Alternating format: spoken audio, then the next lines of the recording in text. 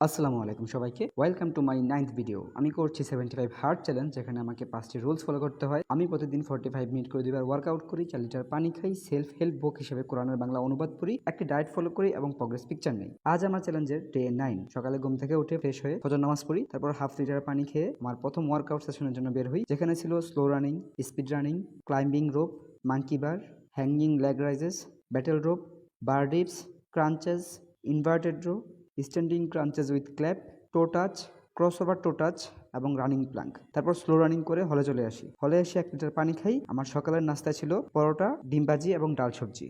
আজ আমি কোরআন থেকে পড়ি 10 নম্বর সূরা, সূরা ইউনুস, আয়াত 31 থেকে 32-এ আল্লাহ তাআলা বলেছেন, তুমি জিজ্ঞেস করো, কে রুজি দান করে তোমাদেরকে আসমান ও জমিন থেকে, কিংবা কে তোমাদের কান ও চোখের মালিক, তাছাড়া কে জীবিতকে মৃতের ভিতর থেকে বের করেন এবং কেই বা মৃতকে জীবিতের মধ্য থেকে বের করেন, কে করেন কর্ম সম্পাদনের ব্যবস্থাপনা। তখন তারা বলে উঠবে, আল্লাহ। তখন তুমি বলো, তারপরও ভয় করছো না? অতএব এই আল্লাহই তোমাদের প্রকৃত পালনকর্তা। আর সত্য প্রকাশের পরে উদ্ভ্রান্ত গুড়ার মাঝে কি রয়েছে গুমরাহি ছাড়া? সুতরাং কোথায় ঘুরছো? আমার সেকেন্ড ওয়ার্কআউট সেশনে ছিল different types of lower ab exercise and upper abs exercise, Russian twist, plank, normal push ups, সাপাটে পুশ আপস এবং পাইক ওয়ার্কআউট। আমার দুপুরের খাবারে ছিল ভাত, মাছ, সবজি, তারপর চিনি ছাড়া রং চা নেই। অফিসে কাজের ফাঁকে পানি খাই। আজ আমার রাতের খাবারে ছিল দোসা, সবজি এবং টক দই। আজকে এ পর্যন্তই। আল্লাহ হাফেজ।